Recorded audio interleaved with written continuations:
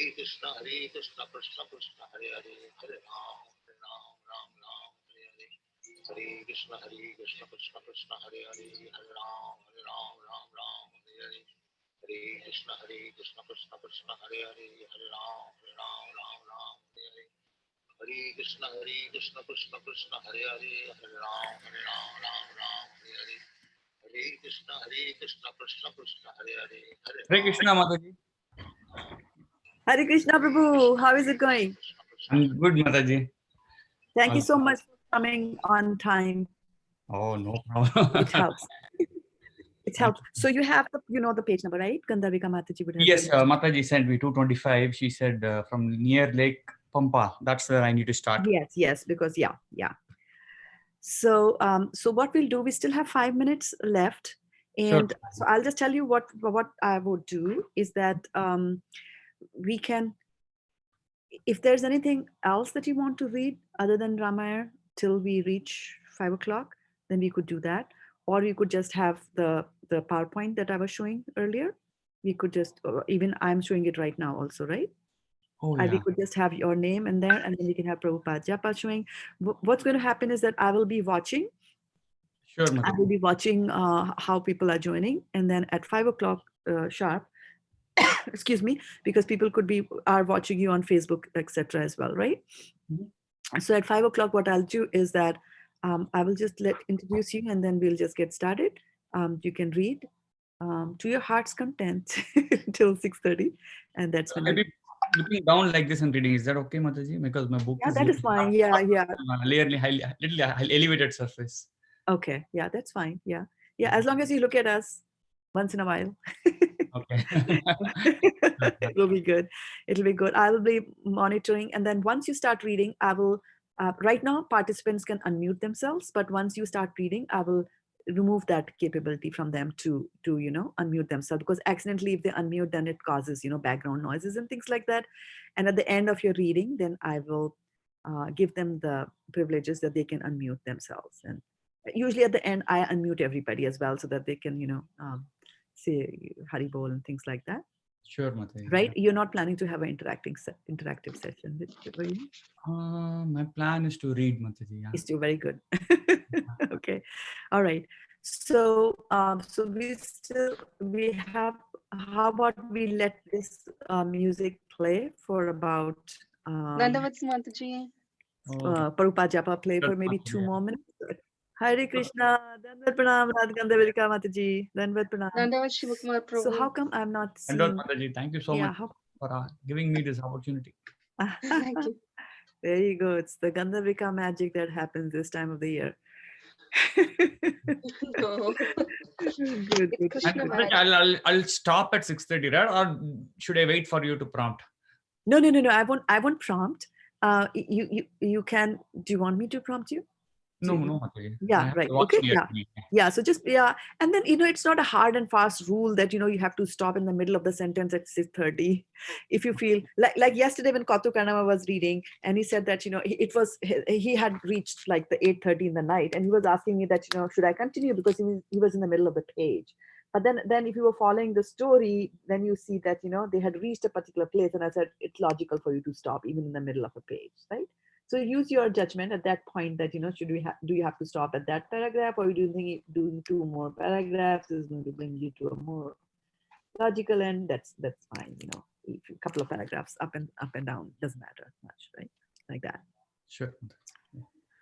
So we'll just,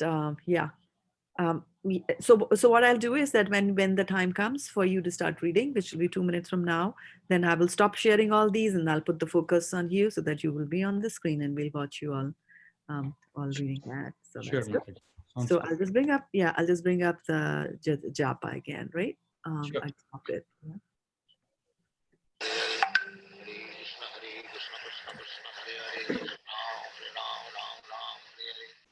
Hare Krishna, Krishna Krishna, Hare Hare, Hare Ram, Ram Hare Hare. Hare Krishna, Krishna Krishna, Hare Hare, Hare Ram, Ram Hare Hare. Hare Krishna, Krishna Krishna, Hare Hare, Hare Ram, Ram Hare Hare. Hare Krishna, Krishna Krishna, Hare Hare, Hare Ram, Ram Hare Hare. Hare Krishna Krishna Krishna Hare Hare, Hare Ram, Ram Ram, Hare Hare. Hare Krishna Krishna Krishna Hare Hare, Hare Ram, And if you want that, you can also switch off your video if you feel more comfortable. You Oh, can that's do. Mataji. Yeah, yeah. Krishna Krishna Hare Hare, Hare Ram, Ram Hare Hare. Hare Krishna Krishna Krishna Hare Hare, Hare Ram, Ram Hare Hare. Hare Krishna Krishna Krishna Hare Hare, Hare Ram, Ram Hare Hare. Hare Krishna Krishna Krishna Hare Hare, Hare Ram, Ram Hare Hare. Hare Krishna Krishna Krishna Hare Hare, Hare Ram, Ram Hare Hare. Hare Krishna Krishna Krishna Hare Hare.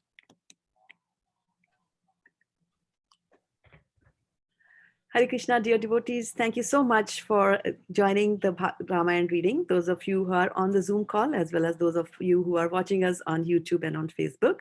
Today we have Shiva Prabhu, our dear Shiva Gurumurti Prabhu. He's going to read to us from the Bhagavatam, from the Ramayana today. And yes, so we have devotees who are also on the chat window here, which I'll be monitoring. But without much ado, I will put the focus on you, Sri Kumar Prabhu, so that you can continue here. Thank you, Mataji. So we will continue in Aranya Kanda today from page 225. So I will start now.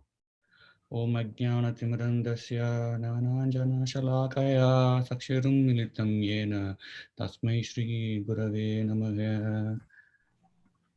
Namo Om Vishnupadaya Krishna Krishnaya Bhutale Srimate Bhaktivedanta Swamiti Namine Namaste Saraswate Deve Gauravani Pracharine Nirvishesha Shunyavadi Astashadesha Tarini.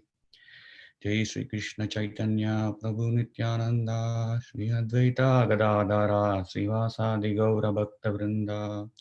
Hare Krishna, Krishna Krishna, Hare Hare, Hare Rama, Rama Rama, Hare Hare. So we will continue from page 225 in Aranya Kanda.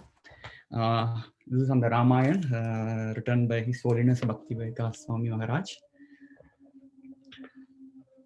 So near Lake Pampa, in the Rashyamukha hill, where Sugriva lives in a large cave, always fearful of being attacked by Vali.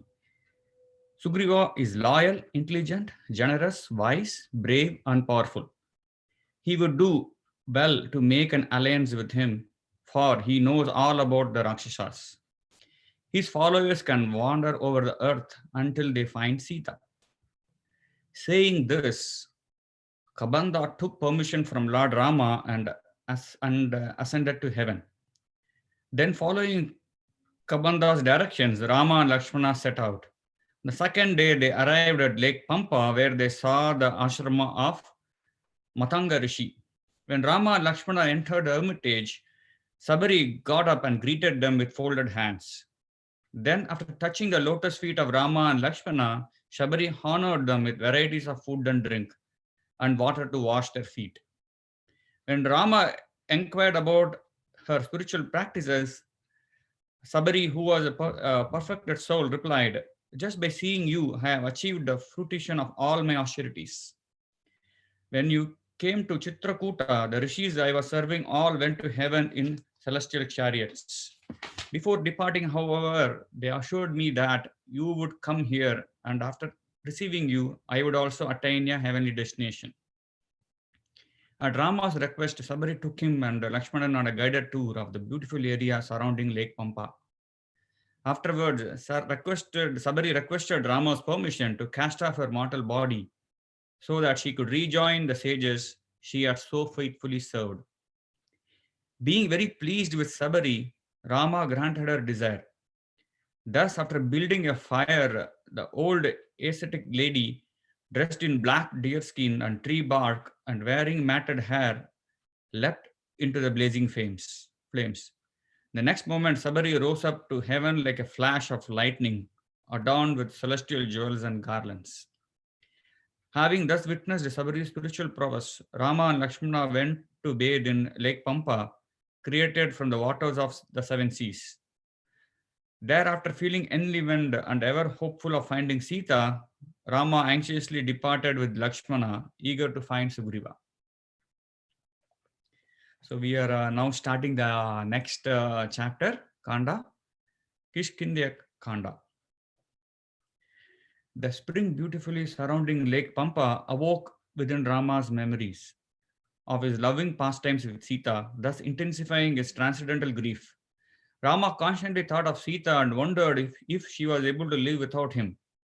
Rama bitterly lamented, "O Lakshmana, it is now the month of Chaitra, and this lake is so lovely and its deep blue with its deep blue waters.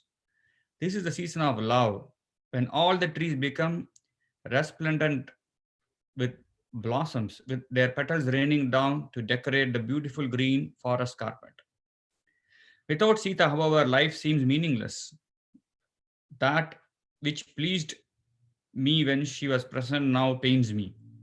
When I hear the cuckoo call, I think of Sita's sweet voice. When I see the pink lotus flowers swaying on the crest of the waves, I think of Sita's eyes. The gentle, fragrant breeze reminds me of Sita's honey-scented breath.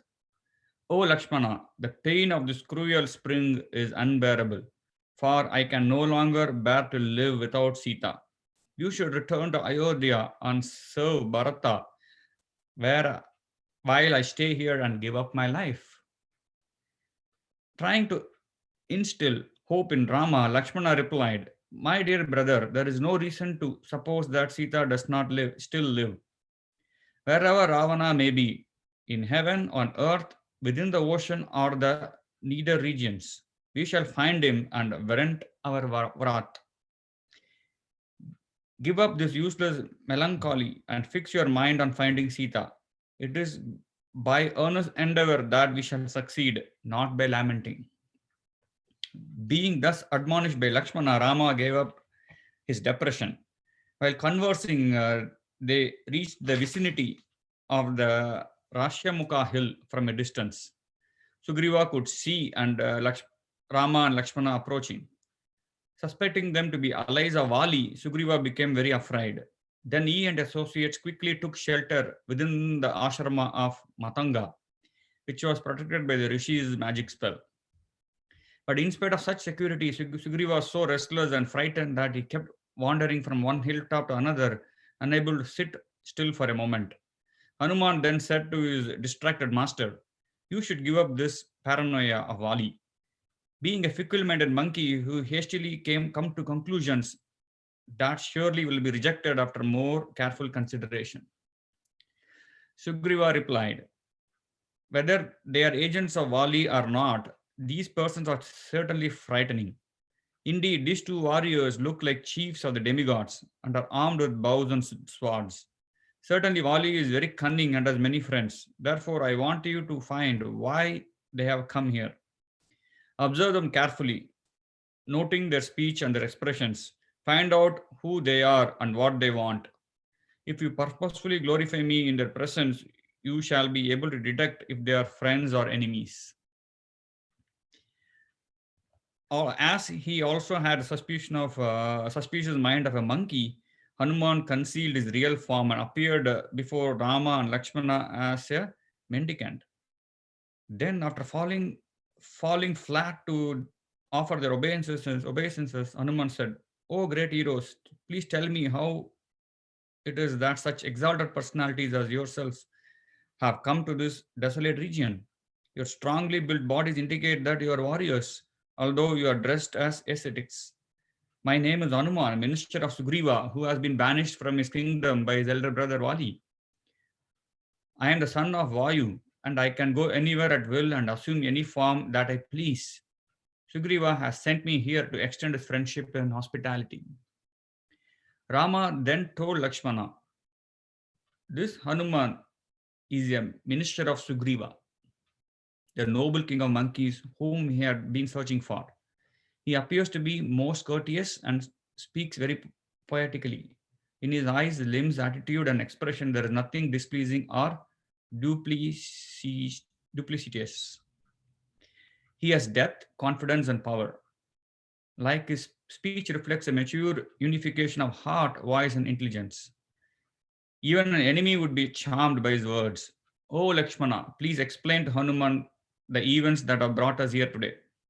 Lakshmana said, "It is our good fortune to meet you. We have been searching for Sugriva and are eager to make an alliance of friendship with him. This is Rama, the son of Maharaj Dasaratha, and I am his younger brother Lakshmana. Rama's father desired to install him as heir apparent to the royal throne, but due to political intrigue, Rama was banished to the forest instead. Recently, Rama's beloved wife Sita was kidnapped by the Rakshasa king Ravana. Overwhelmed by grief, we have been searching for Sita in the forest.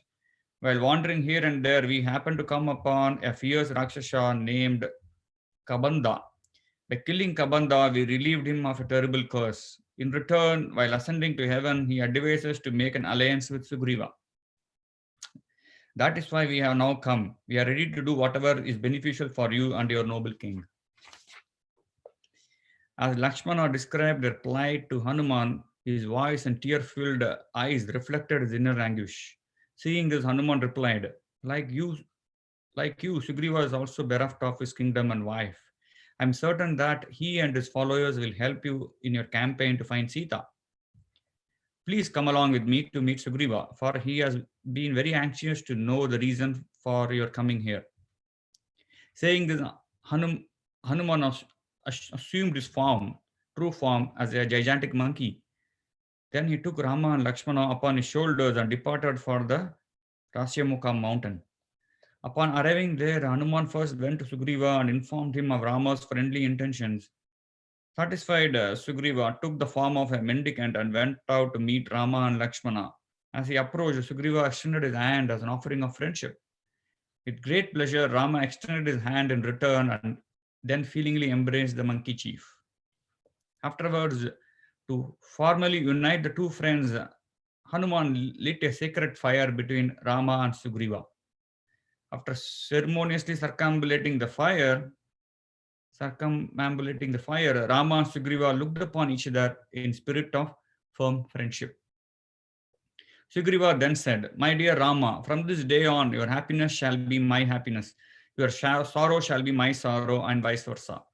Sugriva then placed a flower-laden branch on the ground for Rama to sit upon, and then Hanuman did the same for Lakshmana.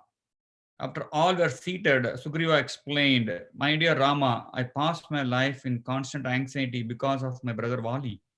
After Vali forcefully took my wife and kingdom, I took shelter within this forest. However, I am haunted by the fear that my elder brother may come here and attack me at any time. I do not know a moment's peace." Rama gently smiled and replied, "Service is the real fruit of friendship. Therefore, it is my duty to dispose of Vali and assist you in regaining your kingdom and wife." Sugriva then said, "Hanuman has told me about your exile and the kidnapping of your wife. As a friend, it is my vow to help you recover her, whether she is in heaven or on earth or in the nether regions. O Rama, I am sure I saw Sita. She was being carried away by a powerful Rakshasa, crying out, 'Rama, Rama.' She saw me seated atop this hill with my associates and threw down her upper garment and some jewels, which we later collected.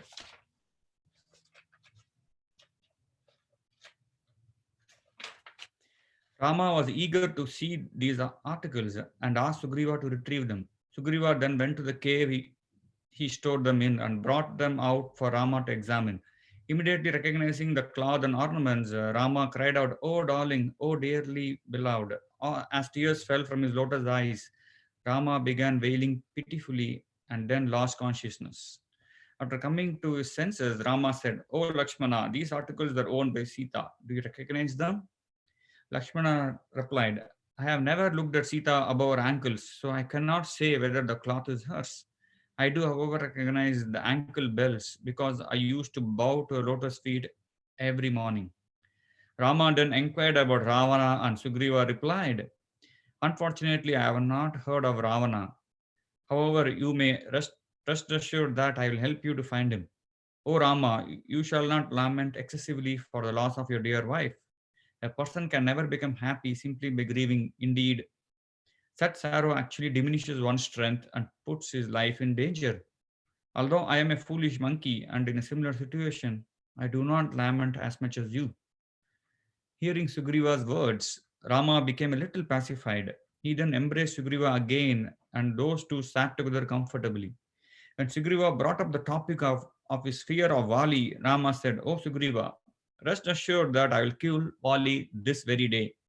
First, however, I would like to know how such enmity developed between you two brothers."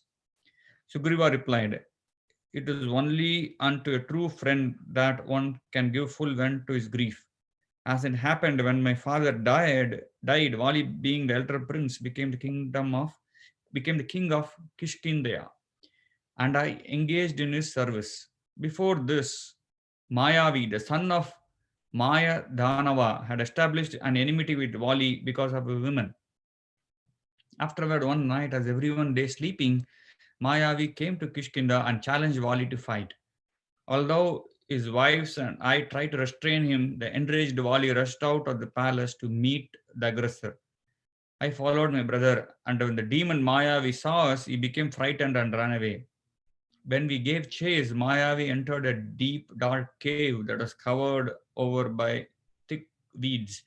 Ali ordered me to guard the entrance while he went into the cave to fight the demon. Thereafter, 1 year passed, and although I remained there guarding the entrance, I saw no sign of my brother.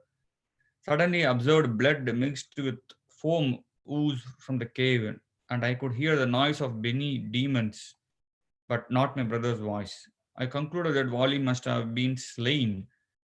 Then I blocked the entrance to the cave with a huge boulder and offered water for the benefit of my departed brother's soul. When I returned to Kishkindia, the ministers installed me upon the royal throne, and I began ruling the kingdom righteously. It came to pass that after some time, and much to surprise everyone, Vali returned to Kishkindia, having slain the demon. When my brother saw me seated upon the royal throne, he became enraged and immediately arrested the ministers, throwing them in chains. I could have fought with my brother, but out of respect, I bowed down to him and placed the royal crown at his feet, hoping he would become pacified. Wali, however, remained angry and continued to severely abuse me. Then, calling together the leading citizens, he announced to all, "I entered the bowels of the earth to kill the demon Mayavi, and it was only after searching for him for 1 full year that I found him. After I killed the demons and all his relatives, the blood from their bodies flowed, practically filling up the cave and making it very difficult for me to get out. When I finally reached the mouth of the cave, I discovered it was blocked by a huge boulder. I called out for Sugriva again and again, but received no answer. Finally, I kicked out the boulder, freeing myself, and returned to Kishkindeya. Much to my surprise, I saw Sugriva sitting upon the royal throne. I could then understand that his intention was to shut me up within the cave to gain control over the kingdom. Thereafter, Bali took away all my possessions, including my wife, and banished me from Kishkindeya, leaving me with only a single cloth. Since that time, I have been residing upon this mountain along with my closest friends. Rama then said, "My dear Sugriva, rest assured that I will kill Vali so that you can recover your wife and kingdom."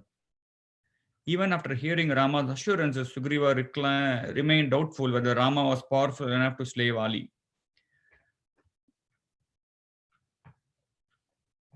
To further illustrate his elder brother's prowess, he told the following story. Once there was a great demon named Dundubi, who wandered over the earth in the form of a buffalo. Upon reaching the seashore, Dundubi challenged the ocean to fight. The ocean personified then appeared and said, "Oh, the best of Asuras, I am not a competent match for you. I suggest that you approach Himavan, the presiding deity of the Himalayas and the father-in-law of Lord Shiva." Thinking that the ocean to be afraid of fighting with him, Dundubi went to the Himalayan mountains and began tearing down its peaks and cliffs. Himavan then appeared upon the mountaintop and said, "I am the shelter of great rishis who are non-violent and equipoised. I am not at all adept to warfare. Therefore, O greatest of the demons, please leave us aside and do not create any further disturbance. The angry demon then asked who he could fight with instead, and the Himavan described my brother Vali, the son of Indra. Thereafter, Dundubi went to Kishkindeya, and while bellowing loudly, he began tearing up the ground with his hoofs, uprooting great trees and damaging the city gates with his horns. Wali immediately went out and challenged the arrogant demon to fight. After a brief exchange of harsh words, Wali grabbed Dundubi by his horns, whirled him around, and dashed him to the ground, causing blood to flow from the demon's ears. A fierce duel then ensued, and as each struck the other forcefully. However, after a short time, the demon began to weaken. Seeing this, Wali lifted Dundubi into the air and smashed him to the ground with all his strength. As blood poured profusely from every hole of his body, the demon gave up his life. Then Wali lifted up Dundubi's body and hurled it 4 miles away. However, as the corpse flew through the air, drops of blood fell from its mouth and landed on the ground at Matanga Rishi's ashrama. This angered the great Rishi, who wondered who could have done such a thoughtless and stupid act. When Matanga came to know that the demon had been killed by Wali, he pronounced the following curse: if that monkey ever comes within 4 miles of my ashrama, he will instantly die. Any of his ministers come here, they will remain as statues for thousands of years. Although Wali tried to pacify the rishi, he was unable to, and has been afraid to approach this place ever since. Over there, you can see the bones of the great demon. You can just imagine how powerful Dundubi must have been. How then can you hope to defeat Wali? Lakshmana then laughed, realizing that Sugriva doubted Rama's ability to kill Vali. He asked, what feat could Rama do that would prove his prowess and set your mind at ease? Sugriva replied, once at this place, Vali pierced 7 large trees with 7 arrows. If Rama could split one of the trees with a single arrow and then kick the remains of Dundubi a distance of 200 bows length, I would consider him a suitable match for Vali. Hearing this, Rama effortlessly lifted the skeleton of Dundubi with his big toe and sportingly flung it a distance of 80 miles. Even so, Sugriva said, when Vali threw Dundubi's body, it was heavy with flesh and blood. Moreover, he was greatly fatigued from fighting. Since the carcass is now much lighter, it is impossible to judge who is more powerful, you or Vali. At that, Rama took his bow and released a powerful arrow that pierced all 7 trees and entered earth and went down to the bottom of the universe, and after 1 hour returned to his quiver. Sugriva was struck with wonder and reverently bowed at Rama's lotus feet. Rama then embraced Sugriva and suggested, let's now go to Kishkindeya.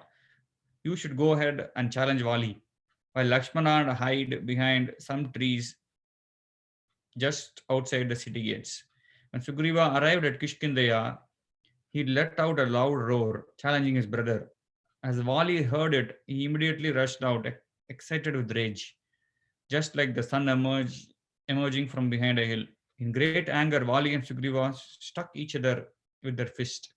However, as Rama watched the fight, he could not discern which of the two was Vali, for the two brothers looked exactly alike. Thus, Rama refrained from discharging his arrows, causing Sugriva to think that he was unwilling to help him. Indeed, Sugriva was getting the worst of the fight and finally ran away bravely alive, battered and soaked in his own blood. As Vali chased Sugriva, he taunted, coward, run for your life. This time I shall spare you. Sugriva then took shelter in the forest of Matanga's ashrama, and soon thereafter Rama and Lakshmana and Hanuman arrived. Sugriva reproached Rama, if you did not intend to kill Vali, why did you encourage me to challenge him? It would have been better for you to say, I am not willing to kill your elder brother.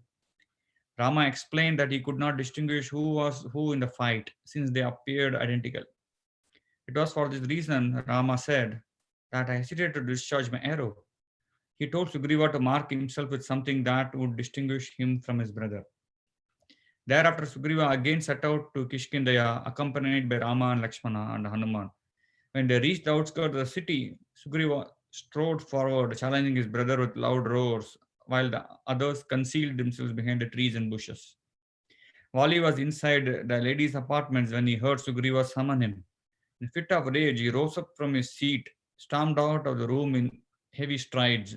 In great anxiety, Wali's wife Tara clung to her husband, imploring him, "My dear lord, please cast aside your anger and consider the matter carefully. You have already beaten Sugriva severely. Thus, it's quite suspicious that he should return so soon, roaring with confidence. I must conclude that to dare act so boldly, Sugriva must now be accompanied by a strong ally. Our son Angada has received information from his spies that Rama and Lakshmana have come here and made an alliance of friendship with Sugriva. Since Rama is inconceivably powerful, comparable to Lord Vishnu himself, you should not risk creating enmity with him. Please settle this by making Sugriva the heir apparent, and thus establish friendship with Rama." Being destined to die, Vali could not accept sound advice. Thus he replied, "I cannot tolerate such arrogance from my younger brother. As for Rama, I have no quarrel with him. He is a virtuous Kshatriya, and I have no fear that he would harm a person that bears no enmity." Saying this, Vali stormed out of the city, hissing with rage. He confronted Sugriva, and a fierce struggle ensued. As before, Vali eventually began to gain the upper hand. Then Sugriva signaled Rama, indicating that his strength was waning.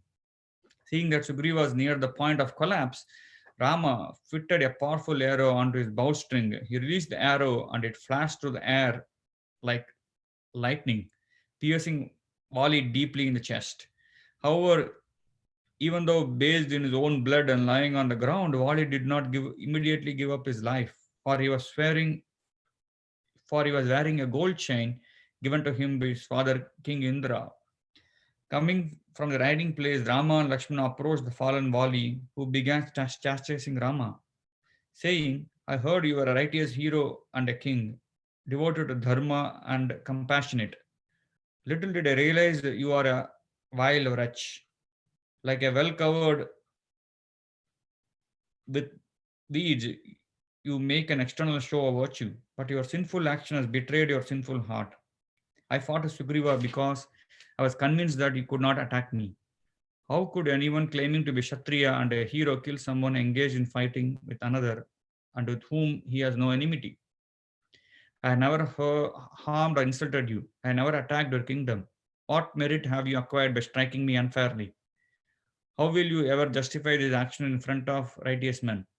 If you would have fought honestly, then it would be you lying here, not I. You shot an arrow at me from behind, like a snake attacking a sleeping man. I challenge you to justify this shameful act." Rama replied, "Your accusations show that you are actually ignorant of true morality. Monkeys are by nature frivolous because of their uncontrolled minds. Because you are a monkey and your advisors are also monkeys, you cannot understand Dharma. The entire earth with its mountains, forests, and rivers is ruled over by the dynasty of Ishwaku. The kings of the Ishwaku dynasty have complete authority over all men and animals and have the power to punish or reward whomever they please. It is you who have acted sinfully under the sway of lust and greed. You have taken Rama, the wife of your younger brother, and enjoyed her as your wife. It is for this sinful act that you deserve to die at my hands. Death is the proper punishment for one who has sexual relations with his daughter, daughter-in-law, sister, or the wife of a younger brother. If a king does not punish a sinner, then he is himself becomes a sinful. It is for this reason that I promise to kill you and thus enable Sugriva to regain his wife and kingdom. Aside from this, it is an accepted practice that while hunting, Kshatriyas release their arrows at inattentive animals from a hidden position. Therefore, since you are only a monkey, my act does not bear the slightest fault." Being enlightened by these words, Wali felt the shame for his abominable actions. For his abominable actions. With folded hands, he replied, "Whatever you have said is certainly true. I only dare to denounce you because I was overly proud, ignorant of my own sins. My dear Rama, I implore you to give protection to my only son, Angada, begot by me through my wife Tara. You will certainly become grief stricken upon hearing of my death. Please excuse my harsh words spoken in ignorance. Rama assured Vali that he will take care of Angada. Meanwhile, Tara came running from the palace with her son. She was surrounded by Vali's ministers. But when the monkeys saw Rama, they began to flee in fear. Tara tried to restrain them, but they urged, do not go out to see Vali. Protect your son within the fortifications of Kishkindia and prepare to install him on the throne. Tara answered, I do not care for sovereignty. The kingdom and its royal opulence are now useless without my husband. Crying and beating her breast in lamentation, Tara went to where Vali lay upon the ground, in the grip of approaching death. Tara embraced the dying husband, and Vali's other wife surrounded them, plunged in grief. Tara's only desire was to follow her husband, and she made up her mind to fast until death. At this, Hanuman went to her and then pleaded, O queen, please get up. Do not succumb to grief.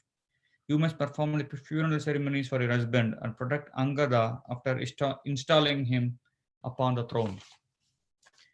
Vali then said, my dear Sugriva, I beg you to forgive me for all the wrong. I have done all the wrong I have done towards you.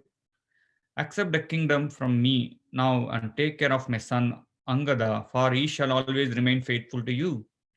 Saying this, Vali handed Sugriva the celestial gold chain he had received from Indra. Then turning to Angada, he said, my dear son, now that I am departing, you should always remain obedient to Sugriva. Always act after due consideration and accept the dualities of pleasure and pain with an equipoised mind. Avoid excessive attachment and hatred, for both lead to a degradation. Thus, after speaking to Angada, Vali, who was deeply wounded by Rama's arrow, gave up his life.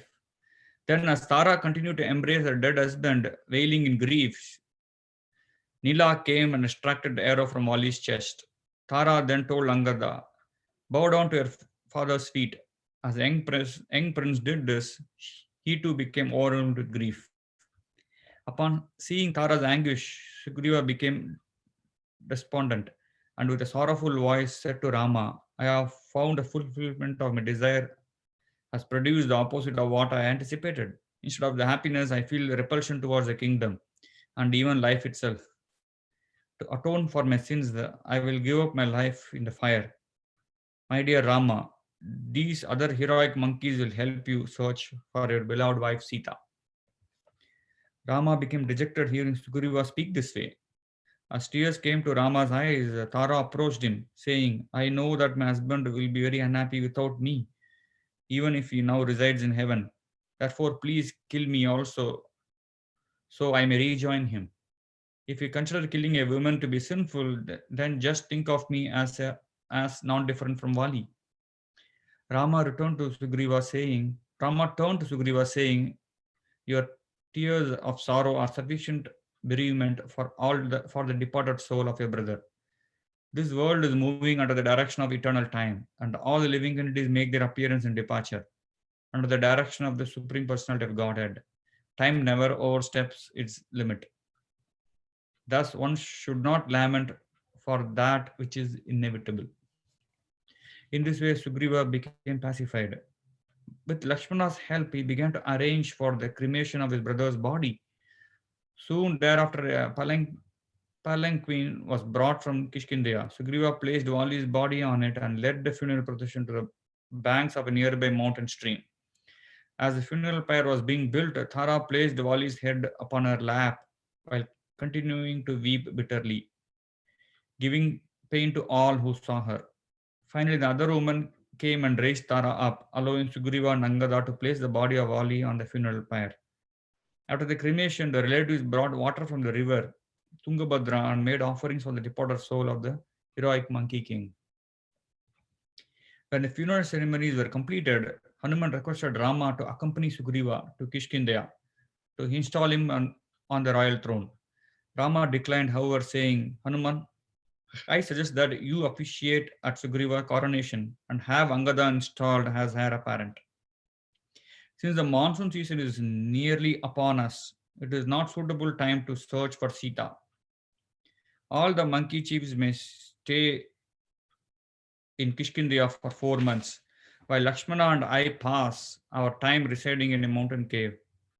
When Atom arrives, we can begin an all-out search for the kingdom of Ravana.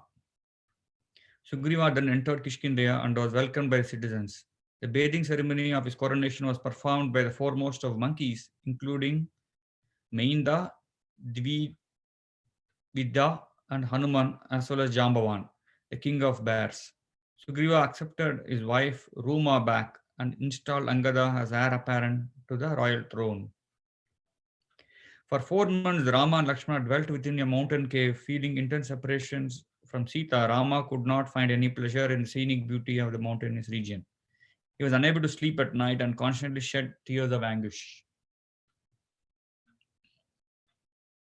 One day, Rama said to Lakshmana, after evaporating water from the ocean for 9 months, the sky now sends forth heavy showers of rain. Dark clouds as large as hills range across the sky in clusters, creating a mood of melancholy. The golden lightning, as it streaks inside a blackish monsoon cloud, appears like Sita in the arms of Ravana. The lush green grass, spotted with various flowers and restless birds, provide a colorful dress for Mother Earth. Bees are humming, frogs are croaking, and the rumble of the thunder and the patter of the rain provide musical accompaniment. Surely, Sugriva is able to enjoy all this, for his objective has been fulfilled. But without Sita, I am like the river bank that erodes from the river's constant current. Lakshmana would try to encourage Rama, pointing out that the purpose of a grieving man was never fulfilled. Regardless, the dark skies and the frequent rains had nourished the tropical jungle only intensified Rama's longing for Sita. Rama assumed that when he had helped Sugriva to regain his kingdom, Sugriva would remember his obligation to assist him find Sita. But when Atom arrived and the skies became clear, Sugriva did not come forward to meet Rama. Having achieved his goal and now without the cause for fear, Sugriva had begun to spend his time completely absorbed in enjoying the company of young women in private, especially his wife Ruma and the newly acquired Tara. Thus, he even neglected to fulfill his obligation of managing the state administration. When Hanuman saw how Sugriva had become a slave to sensuality and thereby becoming negligent to his duties, he approached the king and advised, "You must keep your promise and fulfill your obligation to Rama. Only out of respect for you has Rama not personally come here to remind you. However, you must remember that it is only by his grace that you have been allowed to prosper. It is now time for you to summon the more than 10 million monkeys under your command and begin an all-out search for Sita." Hanuman's speech momentarily brought Sugriva back to his senses. Sugriva then called Nila and ordered, "Let my proclamation be broadcast to all monkey warriors. All must proceed here for duty within 15 days, or else face the death sentence." Giving this command, Sugriva returned to his inner apartments. The beauty of Atom only heightened Rama's anguish in separation from Sita. When he could understand that Sugriva was simply wallowing in a life of sensuality, Rama became yet more depressed. Lakshmana also became despondent from witnessing Rama's grief and tried his best to cheer him. One day Rama decided, now that Atom has arrived, the ground is dry and firm, air crisp and cool. This is the perfect time to initiate a military campaign. Unfortunately, Sugriva is not to be seen. It appears that he has forgotten all the sense of duty, being fully absorbed in the pleasure of the association of women. Therefore, Lakshmana, I want you to go to Kishkindia and admonish Sugriva in my name, saying, O king of the monkeys, one who acts like you is the most vile of persons. I am astonished that you are not afraid of neglecting Rama, the slayer of your elder brother. I hereby warn you that if you neglect your promise to help Rama find Sita, then he will personally come to Kishkindia and kill you along with all your relatives. And Rama exhibited his anger, born of intense transcendental frustration. Lakshmana also became incited with rage. Picking up his bow, Lakshmana declared, "If that rascal Sugriva does not jump to execute your command, then I shall kill him myself this very day." As Lakshmana quickly departed, Rama tried to restrain his brother's anger. "First speak to Sugriva in a conciliatory tone, for I am sure that will be enough to bring him to his senses," Rama said. In a mood of great indignation, Lakshmana entered the Kishkindaya, a beautiful city built within a large cave. As he rushed like a mad elephant towards Sugriva's palace, Lakshmana knocked down the trees that stood in its path. When the many fierce monkeys guarding the palace entrance saw Lakshmana approach, his lips trembling in rage, they began gathering weapons by uprooting large trees and tearing down mountain peaks. When Lakshmana saw the monkey guards arming themselves in this way, he became so ferocious that the monkey guards became panic stricken and fearfully ran away. Sugriva's ministers rushed to Sugriva to inform him of Lakshmana's arrival in such an angry mood. Sugriva, however, was fully absorbed in sexual activities with Tara and did not pay much heed to his ministers. As the ministers ordered the monkeys to arm themselves in preparation for battle, the enraged Lakshman met Angada and told him to inform Sugriva of his arrival. At that, Angada went into Sugriva's chamber and, clasping his uncle's feet, informed him of Lakshmana's presence. However, Sugriva had fallen asleep in a drunken state and failed to rise. Only when numerous monkeys began to clamor loudly around Sugriva did he finally arise. Out of fear of Lakshmana, Sugriva came to his senses. As Sugriva opened his bloodshot eyes, his ministers informed him, "Lakshmana is now waiting for you outside the palace gates in a highly agitated state. We urge you to go out immediately, offer obeisance and submit to him. Pray this will appease his anger." Having finally realized the gravity of the situation, Sugriva hastily arose from his bed, wondering why Lakshmana would be angry with him. Hanuman then reminded Sugriva, "O king, due to becoming absorbed in sense gratification, you have not even noticed the time has passed. Autumn has long since arrived, yet you have neglected to fulfill your promise to help Rama in his search for Sita. Lakshmana has now come here to remind you. I suggest you approach him with folded hands and hope that you may somehow appease him." On Sugriva's order, Angada escorted Lakshmana into the palace. All the monkeys who previously had taken up weapons now stood with folded hands to greet Lakshmana. When Lakshmana came to the inner apartments of Sugriva's palace, he could hear the voices of women singing to the accompaniment of musical instruments, mixed with the jingling sound of their ornaments. Indeed, upon seeing all the young, beautiful women, Lakshmana became somewhat ashamed due to his vow to shun the company of others' wives. Although he restrained himself from entering, Lakshmana announced his arrival by twanging his mighty bow.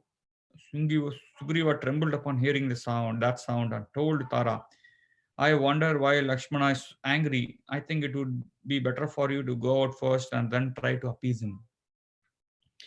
Tara came before Lakshmana, her dress loosened and her eyes rolled from intoxication.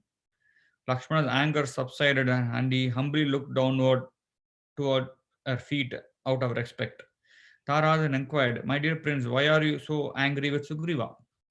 Lakshmana sharply replied, "Your husband has neglected his obligations to Rama, preferring instead to pass his days in his inner apartments dallying with women." Tara then pleaded to Lakshmana, "You must forgive Sugriva, for he has lost his good intelligence under the sway of lust. Even great rishis sometimes hanker for sense gratification, not to speak of a fickle-minded monkey. Please do not think that Sugriva has forgotten his obligation to Rama. He has already called for millions of monkeys to assemble here to begin the search for Sita. Please come in and talk to Sugriva yourself." Lakshmana entered the inner apartments of the palace. When he saw the fabulous opulence and beehives of a beautiful woman, his anger again became aroused. Sugriva was seated upon a couch embracing Ruma. However, upon seeing Lakshmana, he hurriedly stood up with folded hands, as did all the ladies present. Lakshmana then chastised Sugriva. "You have simply made empty promise, proving yourself to be a false friend. Therefore, you are the most abominable. One who receives help from a sincere friend and does not repay that service is considered hard-hearted and must be killed. Indeed, once when Lord Brahma saw such an ungrateful person, he exclaimed, "This means of atonement has been prescribed for the killer of a cow, a drunkard, a thief, or one who has broken a sacred vow. But there is no explanation for an ungrateful soul. I warn you, Sugriva, if you do not begin helping Rama immediately, you will meet your brother Vali in the abode of Yamaraja this very day."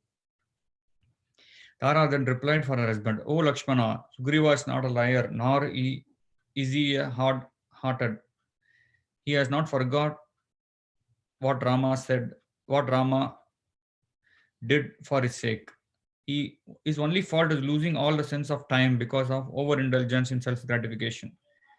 We have heard that in Lanka, the abode of Ravana, there are 100,000 crores of Rakshasas.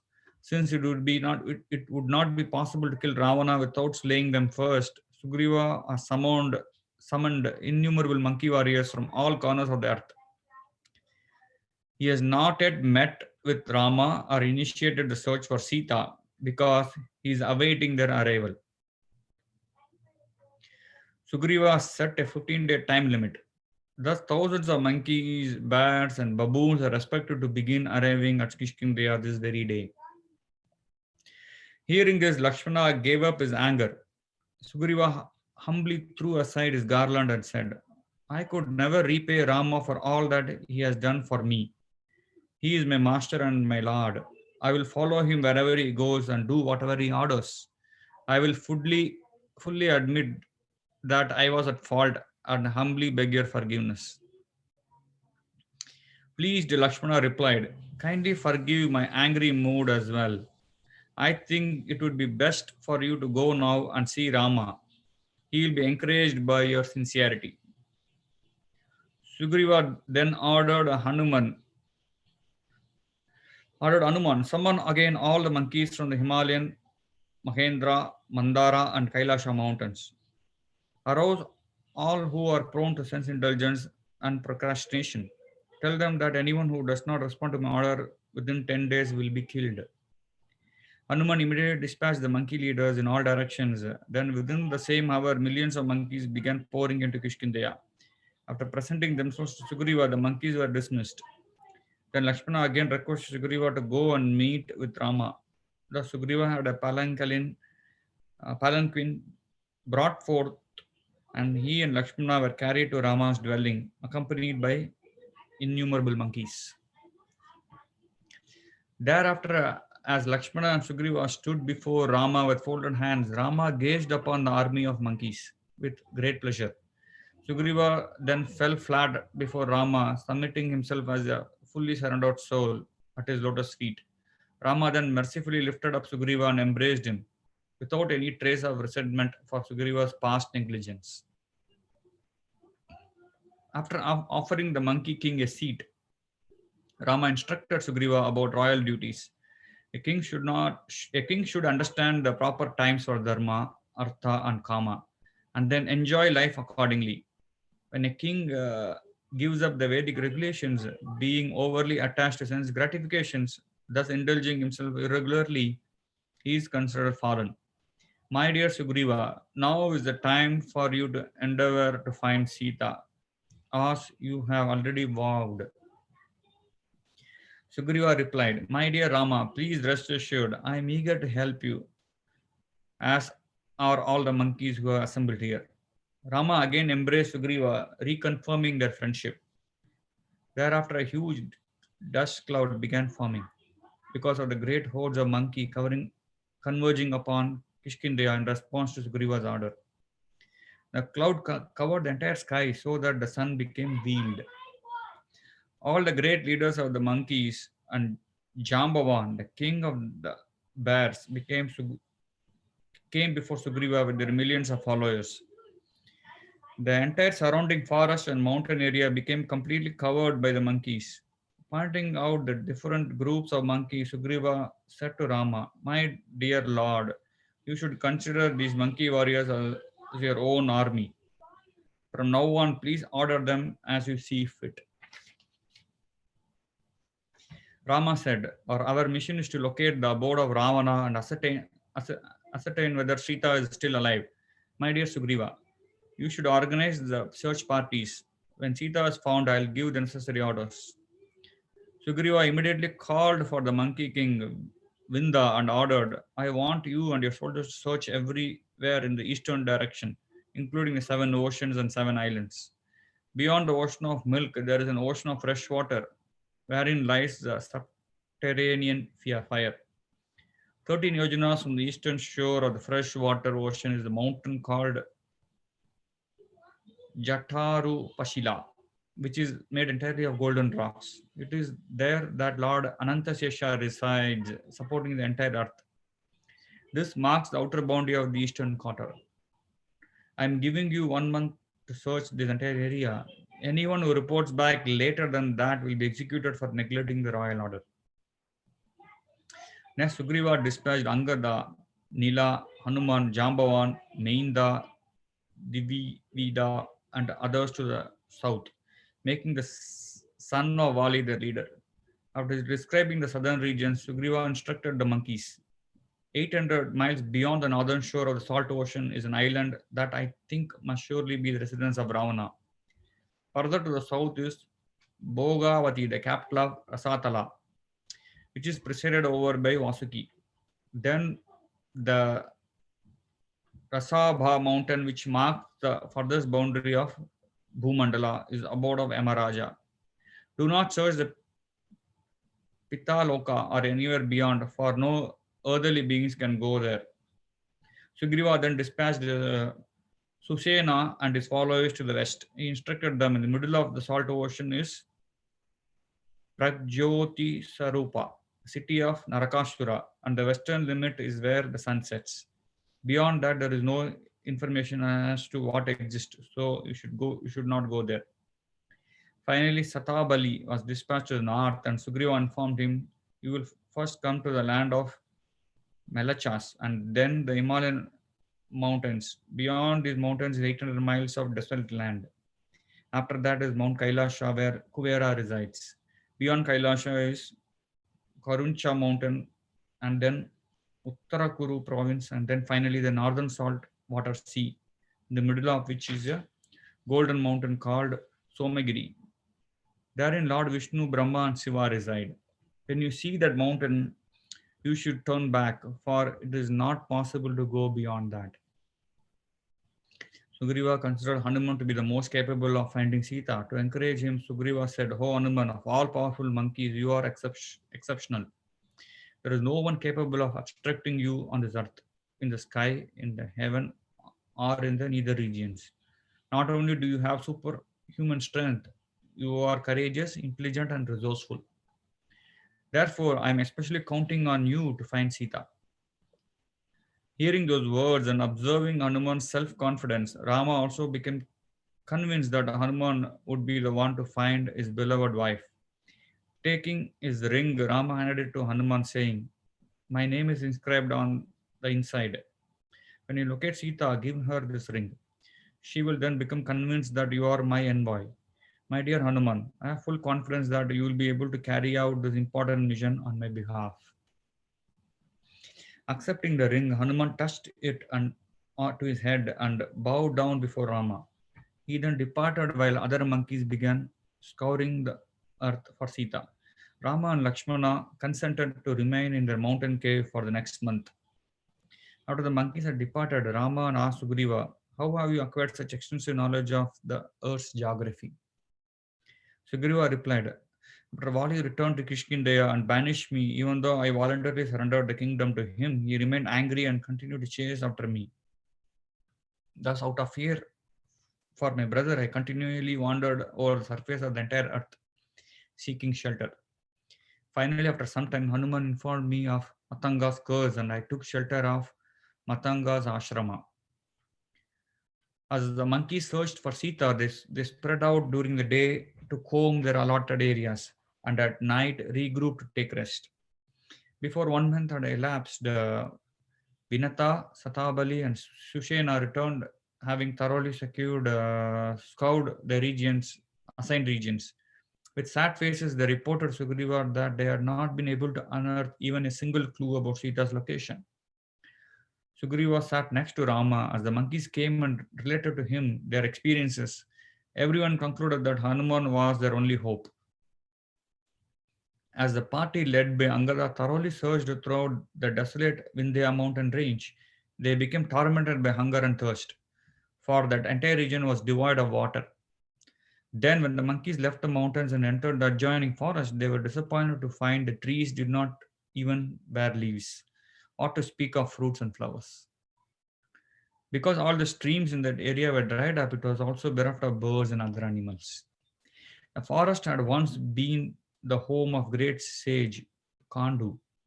When his son died prematurely at the age of 10, the rishi became so angry that he caused the entire forest to become unfit for the habitation of man or beast.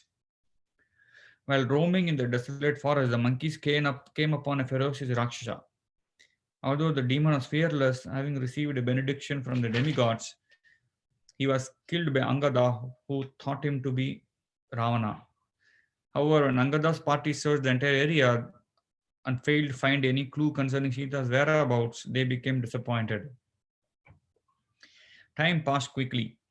As Angada urged the monkeys on in the search around the Vindhya mountain range, the allotted 1 month came to an end. Oppressed by hunger and thirst, the monkeys searched for water. Then Angada and Tara sighted a cave where moist creepers grow thickly and aquatic birds flocked. They hastened to the cave, hoping to find water within. The cave was deep and dark, and as they cautiously entered it and made a chain by holding hands. Finally, after proceeding for 8 miles, the monkeys could see a light deep within the cave. Proceeding further, they came upon a grove of golden trees. Soon they came upon golden palaces, beautiful ponds, and lovely gardens. In the midst of this heavenly grove, the monkeys beheld an ascetic woman dressed in black deer skin and glowing with great spiritual effulgence. Hanuman approached her with folded hands and said, "Kindly tell us who you are and to whom this cave belongs. Why does everything have such a golden appearance? We are very tired and thirsty. We have been wandering about through waterless regions for a long time." The woman replied, "My name is Swayam Prabha, the daughter of Meru Shavarni, the superintending deity of Mount Meru. I am a friend of the Hapshara Hema and I remain here guarding this hermitage. This cave named Rakshabila is the creation of Maya Danava. After performing austerities here, Maya Danava received a benediction from Lord Brahma that enabled him to possess all the mystic powers known to Shukra. Thereafter, Maya Danava continued dwelling here. However, later on, when Maya Danava became attached to Hema, Indra drove him from these regions with the help of his thunderbolt. Lord Brahma then gave this cave to Hema. Please make yourselves feel at home and kindly tell me the purpose of your coming to this inaccessible region. According to Vedic etiquette, one must always welcome a guest. First, one should offer him a sitting place and refreshment. Afterwards, one can inquire about his well being. Even if the host is very poor, he can at least offer a clean sitting place and a glass of water. In such a pleasant atmosphere, a guest is sure to feel peaceful and happy. Thus, Swayam Prabha heartily welcomed her visitors. As Swayam Prabha offered her guest her hospitality, Hanuman narrated the entire story of Rama's exile and the search for the kidnapped Sita. Hanuman then said, "We cannot thank you enough for your kind reception. Is there any service we can perform in return?" Swayam Prabha replied, "Because I am engaged in performing austerities, I have nothing to ask from others." Hanuman then said, "Oh Master, the monkey king Sugriva has allotted us 1 month to find Sita. That time has nearly already expired and therefore feel doomed. Is there any way you can help us?" Swayam Prabha replied, "It is nearly impossible for anyone who has entered this cave to get out alive. However, I shall assist you by utilizing my mystic powers. But you must close your eyes, for no one can leave here while looking about. Thereafter, the monkeys kept their eyes tightly shut. Suddenly, they felt themselves being transported out of the cave. When they at last opened their eyes, they saw that everyone had been carried out of the cave. Looking about, they could see that all the trees were now in full bloom. Apparently, spring had arrived. The monkeys had become very depressed, thinking of how so much time had somehow mysteriously elapsed. Angada then suggested, "We should all sit down and fast until death, for that would be more noble than being killed by Sugriva for our negligence." All the assembled monkeys agreed that there was no question of them returning to Kishkindeya without first obtaining some information about Sita. Tara then proposed, "Let us take the shelter within this inaccessible cave, for we could all live there without a fear of being discovered." Angada remained silent, as if ready to approve this plan. However, Hanuman said, "My dear prince, I consider you to be endowed with the 8 attributes of intelligence: an inclination to hear what others have to say, the capacity to hear what others have to say, the ability to comprehend the basic meaning of what others have to say, good memory, capacity to reason in favor of a proposition, capacity to reason against a proposition, deep insight into the meaning of what others say, and true wisdom. Above and beyond all this, you are endowed with the 14 excellences that characterize great personalities: a sense of time and place, firmness, ability to endure all kinds of hardship, knowledge of all subjects, expertise, vigor, ability to guard secrets, consistency, heroism, ability to judge one's own strength in comparison to that of enemy, appreciation for the services rendered by others, compassion for surrendered souls, indignation in the presence of unrighteousness, and steadiness in duty. In this way, Hanuman employed the first political expedient by flattening Angada. He then utilized the third by causing some dissension among the monkeys, making them argue about what should be done. Finally, he intimidated Angada by saying, "If you go through with your foolish plan to live within this cave, then you shall soon meet with disaster. The other monkeys will not remain faithful to you for very long under such conditions. Moreover, eventually Lakshmana will find out where you are and destroy the cave along with you and other monkeys. However, if you return to Kishkinda, Sugriva will certainly forgive you because you are the only son. He will later install you on the throne." Angada countered Hanuman by arguing, "You overestimate Sugriva and forget that he is enjoying his elder brother's wife." Sugriva purposefully neglected his promise to Rama and took action only after being threatened by Lakshmana. Therefore, whoever wants to can return home. I, however, shall remain here fasting until death. After saying this, Angada sat down on kusha grass and wept. The other monkeys surrounded him, likewise determined to give up their lives. Just then, Sampati, the elder brother of Jatayu, came out of his caves and perched on top of a mountain in sight of all monkeys. Being overjoyed, he said aloud to himself, "By the grace of Providence, I have got some food after such a long time. When the monkeys begin to fall down dead from starvation, I shall eat them one by one." Hearing this, Angada became agitated. Addressing Hanuman, he said, "What a horrible fate we now face. This is all the doing of the evil Kaikeyi. First, she caused the destruction of the great soul, Jatayu, then Vali, and now she will become the cause of our deaths as well." This was the first time Sampati had heard of Jatayu's death, and so he requested, "Please tell me all the details about the passing of my younger brother. I have become very pleased in hearing Jatayu's name glorified by you, although I am distressed to hear of his death. O best of monkeys, I wish to beg one favor from you. Long ago, the rays of the sun burned my wings, and now I cannot fly. Would you kindly help me to come down from this mountain peak?"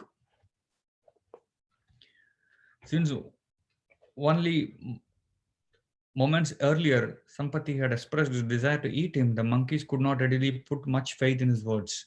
However, they reasoned, "You are going to die in any case by fasting. Therefore, even if this gigantic vulture eats us alive, it only means that our suffering will end more quickly. Monkeys went and helped Sampati down from the mountain top. As they went down, Angada told the entire story of Rama's exile and the heroic death of Jatayu. In turn, Sampati related his own history in a tearful voice. Long, long ago, Jatayu and I wanted to test our prowess by channeling the king of heaven. After soaring high into the sky up to the heavenly planets, we defeated Indra in battle. And then, having become very proud, we decided to rise up even further higher. Thereafter, as we approached the sun, Jatayu grew faint from the great heat. To save Jatayu, I covered him with my wings. In the process, my wings became burnt and I fell down into the Vindhya mountains. Angada then interrupted, saying, "If you are actually the elder brother of Jatayu and a well-wisher, then give us the information about the abode of Ravana." Sampati replied, "Because I am now very old and my wings are burnt, I am unable to physically serve Lord Rama, but at least I can do so with my power of speech. I was told that a young lady was carried away by Ravana, and while crying out Rama, Rama, she dropped some of her ornaments to the ground. I know that this Ravana is the king of the Rakshasas, and his kingdom Lanka is situated on an island, 100 yojanas from the southern shore. Because I am a descendant of Vinata, my visions extend for more than 100 yojanas. Thus, I can see the golden city from here. My dear monkeys, you will be able to find Sita in Lanka, guarded by Rakshasis. Now, please grant me one favor. Take me to the ocean so that I can offer water for the departed soul of my brother." The monkeys were overjoyed to hear about Sita. Thus, casting aside their vow to fast until death, they took Sampati to the ocean and quickly returned. Jambavan then asked him, "How did you come to learn about Sita has been abducted by Ravana?" Sampati explained, "After my wings were burnt, I fell into the Vindhyas mountains. My son, Supershava, began to take care of me and bring my food. Once I was very hungry, and when Supershava returned home without food, I chastised him. My son told me, while searching for flesh one day, I happened to see a giant Rakshasa carrying away a young woman through the air. I wanted to bring both of them to you to eat, but Rakshasa asked me in a very friendly manner to allow him to pass by. I could not refuse his request. Afterwards, the Siddhas came and informed me that he was Ravana and said that it was fortunate for me that Rakshasa had not killed me. Sampati could not see the monkey were now confident of his friendship. Sampati could see that the monkeys were now confident of his friendship. He continued narrating his life story. After I fell onto the Vindhya mountains, I remained unconscious for 6 days. When I came to my senses, I went to see the great sage Nishakara, who was living nearby and was known to my brother and me. When I met the Rishi, he asked me about how my wings had been burnt and explained the entire incident.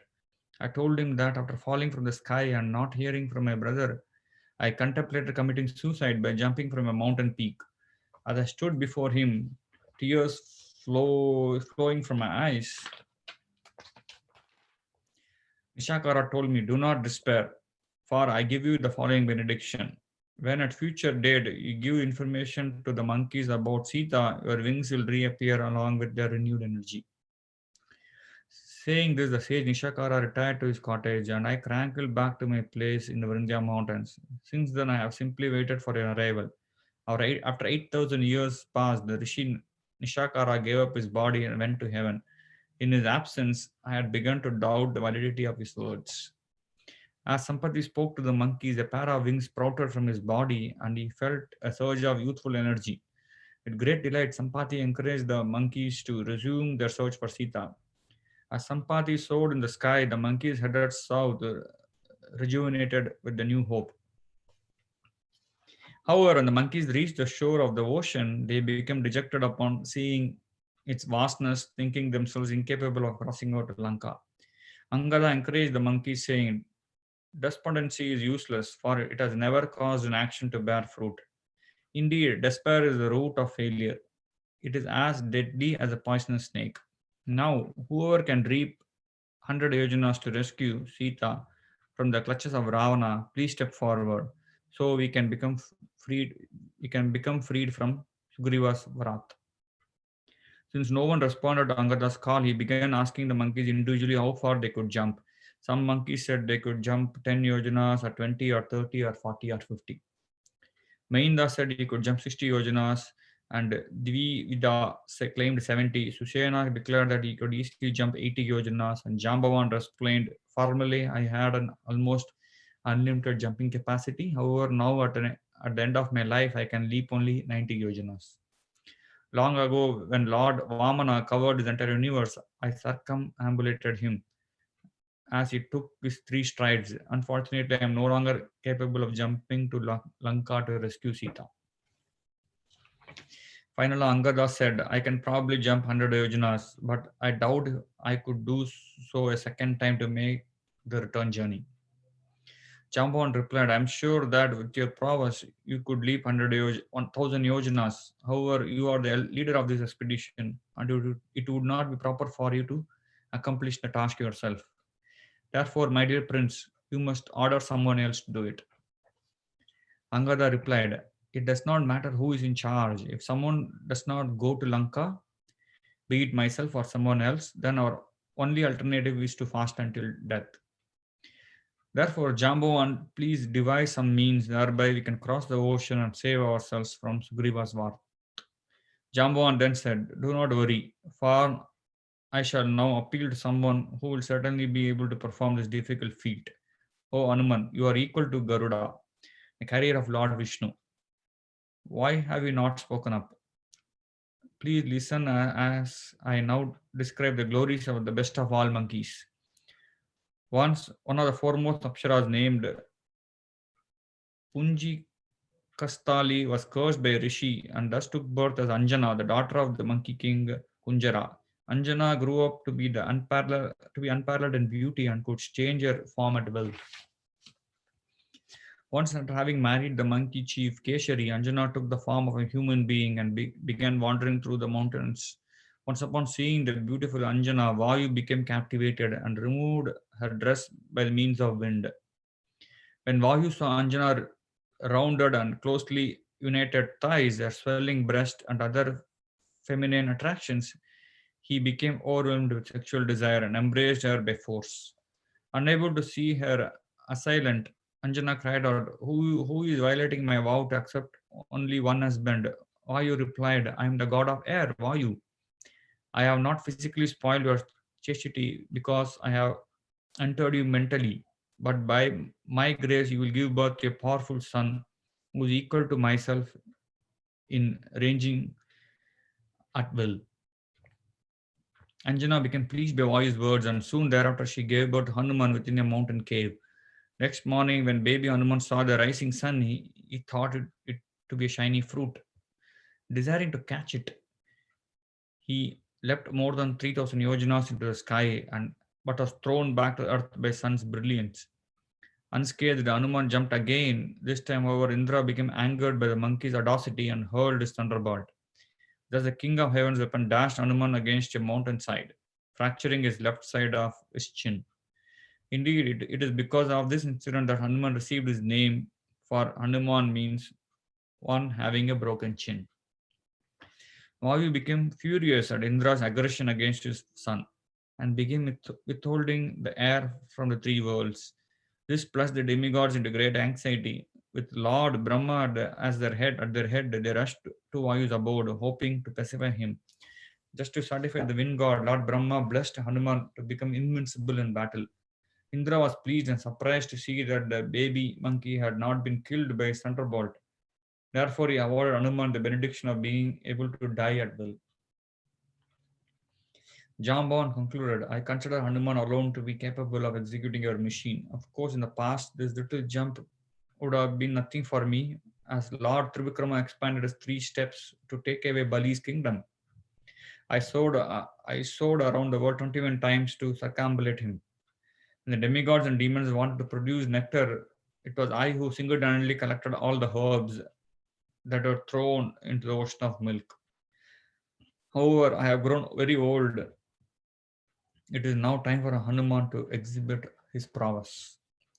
Hanuman became greatly encouraged upon hearing these words of glorification.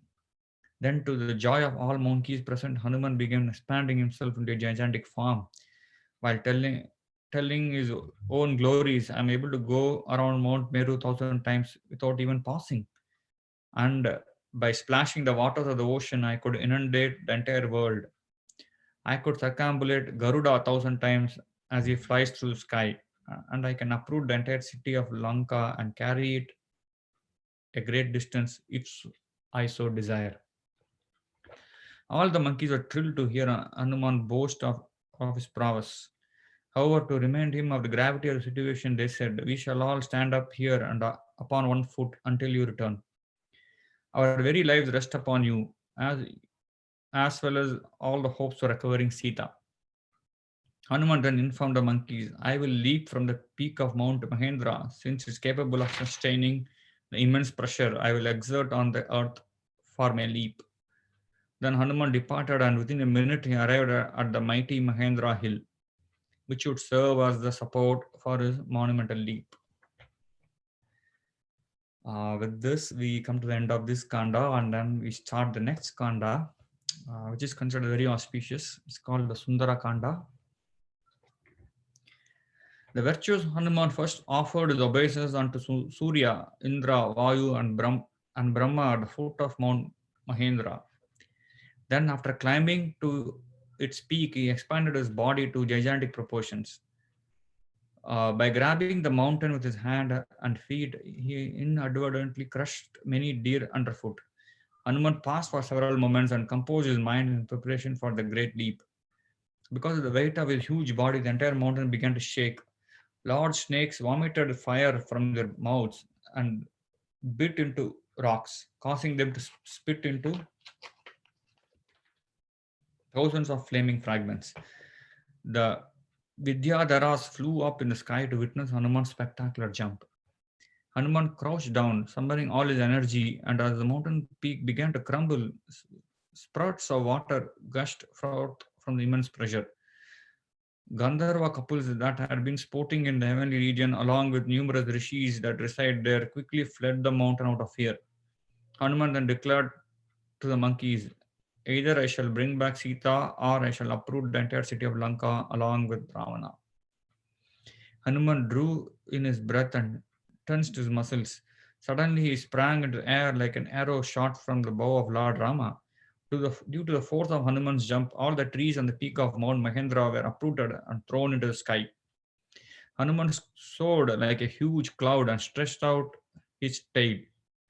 The Hanuman sailed through the heavens. The uprooted trees followed in his wake and plummeted into the ocean. Colored flowers from the branches fluttered down and scattered over the surface of the water, creating a beautiful sight. The hurricane created by Hanuman's flight agitated the ocean, creating waves as tall as mountains that crashed against his breast. The shadow of Hanuman projected upon the surface of the water measured 80 by 240 miles, and the suction created as he passed through the air drew the surrounding clouds to him. Hanuman resembled the moon as he became hidden in the masses of clouds and visible again as he emerged from them. Out of parental affection, Vayu blew cooling breezes, keeping the sunshine from scorching him. As Hanuman soared through the sky, all classes of being applauded him. The ocean deity also desired to assist him out of respect for Lord Rama. He felt obliged to help since Lord Rama had descended in the Ishwaku dynasty, and Rama's forefather, King Sagara, had extended the ocean's boundaries. Previously, Indra had placed the great Mainaka mountain in the middle of the ocean to obstruct the demons from traveling to the earth from other regions. The ocean now ordered Mainaka to rise up out of the water, hoping to assist Hanuman by providing him with a resting place. However, Hanuman saw the great mountain peak emerging from the sea. He considered it to be an impediment and knocked it down with his chest. Appreciating Hanuman's prowess, Menaka took a human form and stood on the own summit. He said, "O son of Vayu, you may rest a while on a peak and then continue your journey." Please accept this humble service, for I desire to worship your father by offering you this assistance. In the Satyug, all mountains had wings, and we flew through the sky like so many Garudas. However, the demigods and the rishis became fearful at the possibility of the falling of our falling to the ground and smashing everything. Finally, in a fit of anger, Indra took up his thunderbolt and proceeded to cut off the wings of many thousands of mountains. Indra likewise attacked me, but Vayu came to my rescue by forcibly casting me into the ocean. Thus my wings were spared. Now, to repay that favor to your father, I request you to stop a while and accept my hospitality. Hanuman replied, Please excuse me, for I cannot dare stop. I promised the other monkeys that I would not tarry on my journey. My time is short.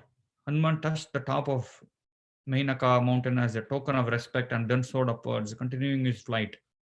Being pleased, Indra came forward and told Mainaka, There is no more need for you to be afraid of my thunderbolt. You may keep your wings and travel as you wish. Meanwhile, the celestial rishis, demigods, and the Gandharvas approached Surasa, the mother of Nagas, requesting, We would like to ascertain the real strength of Hanuman. Thus, we wish you to assume the form of a huge Rakshasi and try to impede him. Either Hanuman will quickly defeat you or he will give way to despondency. Taking the form of a huge disfigured Rakshasi as large as a mountain, Surasa suddenly emerged from the ocean, blocking Hanuman's path. She announced, By the benediction of Lord Brahma, it has been ordained that I can eat whatever food comes before me. O best of monkeys, by the will of Providence, you have crossed my path. Now I invite you to enter my gaping mouth. Hanuman replied, I am trying to serve Lord Rama by locating his kidnapped wife Sita.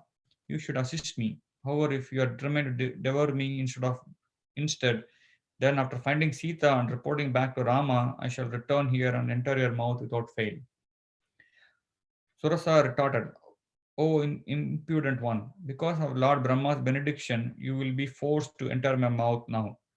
Then Surasa opened her mouth 10 yojanas wide to block Hanuman's path.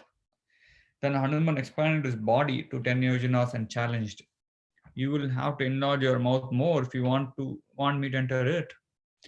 Surasa then expanded her mouth to 20 yojanas and then the infuriated Hanuman expanded to 30 yojanas. Surasa countered by making her mouth 40 yojanas, and in response, Hanuman expanded himself to 50 yojanas. Surasa then expanded her mouth to 60 yojanas, and Hanuman enlarged himself to 70. She then expanded herself to 80 yojanas, and Hanuman grew to 90. Countering this, Surasa expanded her mouth to a gaping 100 yojanas wide. Then, in the twinkling of an eye, Hanuman shrank to the size of a thumb and quickly darted in and out of her mouth, saying, O daughter of Daksha, the condition of your benediction has now been fulfilled, and I shall continue on my journey. Surasa was delighted with Hanuman's clever victory. She then appeared before him in her original form, saying, Well done, O foremost of the monkeys. Go now and accomplish your mission. May you soon unite with Sita and Lord Rama. Hanuman continued on his way, soaring through the sky. Suddenly, a Rakshasa woman named Simhika grabbed onto his shadow. Unaware of what had happened, Hanuman first thought he was losing his strength. However, upon looking around, he saw a huge, ghastly creature emerging from the sea. As Simhika rushed toward Hanuman, her mouth opened wide. Hanuman began to expand his body. However, the sharp-witted Hanuman realized that the on-rushing Rakshasi's mouth was still large enough to swallow him. Thus, reversing his previous strategy, Hanuman suddenly shrank himself to tiny proportions. He then entered the Rakshasi's mouth and plunged her into her hideous body. Using his sharp claws, Hanuman proceeded to tear the Rakshasi's heart to pieces. He then came out of her body and resumed his expanded size. As Simhika fell down dead into the water, the Siddhas, Charanas, and the Vidyadharas glorified Hanuman for his victory. Soon thereafter, the beaches, the forest, and the distant shore of Lanka came into view. Thinking the Rakshasas would spot him, Hanuman resumed his normal size and landed on a crag of Trikuta, the main mountain on the island of Lanka. Even after his jump of 100 yojanas, Hanuman did not feel even slightly tired. Gazing upward, he beheld the wonderful city of Lanka perched on top of the Trikuta mountain, surrounded by moats filled with lotus flowers. The city was encircled by a high golden wall that was heavily guarded by fierce Rakshasas. The Hanuman approached the northern gate of Lanka. He saw towering white palaces and broad avenues adorned with golden arches, all crowded with innumerable fierce, ugly Rakshasas, armed with all manner of weapons and able to change their forms at will. Hanuman thought to himself, this city appears to be the unconquerable even by the demigods, what to speak of an army of monkeys. How can Rama hope to vanquish the Rakshasas, since only myself, Sugriva, Nila, and Angada can cross the ocean to come here? Regardless, my first duty is to find out if Sita is still alive. I must carefully consider how I can meet her, for incompetent messengers sometimes spoil even the best plans. The gods appear to be extremely vigilant. Therefore, I cannot try to enter in my natural form. It appears that not even the wind could enter Lanka undetected. I must assume some inconspicuous guise and enter the city at night. Hanuman eagerly waited for the sun to set, and when it finally grew dark, he became as small as a cat and entered Lanka by jumping over the high wall. Hanuman saw that the city was beyond his imagination, full of 7 and 8 story palaces that were lavishly adorned with golds and jewels. The entire city was filled with magnificent houses with windows of diamond studded lattice. Inside were beautiful women, and the sound of laughter and the sweet music could be heard. Throughout the city, Rakshasa Brahmanas chanted Vedic hymns praying for Ravana's protection. The moon then rose above the horizon, thus helping Hanuman by spreading its silvery illumination. At that time, Lanka, personified in the form of a hideous Rakshasi woman, came before Hanuman challenging, how have you entered the city unchecked? What is a monkey like you doing in the kingdom of Rakshasas? Hanuman responded, I will only answer a question after you tell me who you are. The Rakshasi then angrily replied, I am the presiding deity of Lanka. I carefully guard the city on behalf of Ravana. Because you have entered here without permission, you shall meet your death today by my hands. Hanuman said, I have come here to take a tour of the city, for I desire to see all the magnificent gardens and palaces. Lanka defiantly replied, this city is inhabited only by Rakshasas. No stray monkeys are allowed to roam the streets. If you want to view the opulence of Lanka, you will have to kill me first.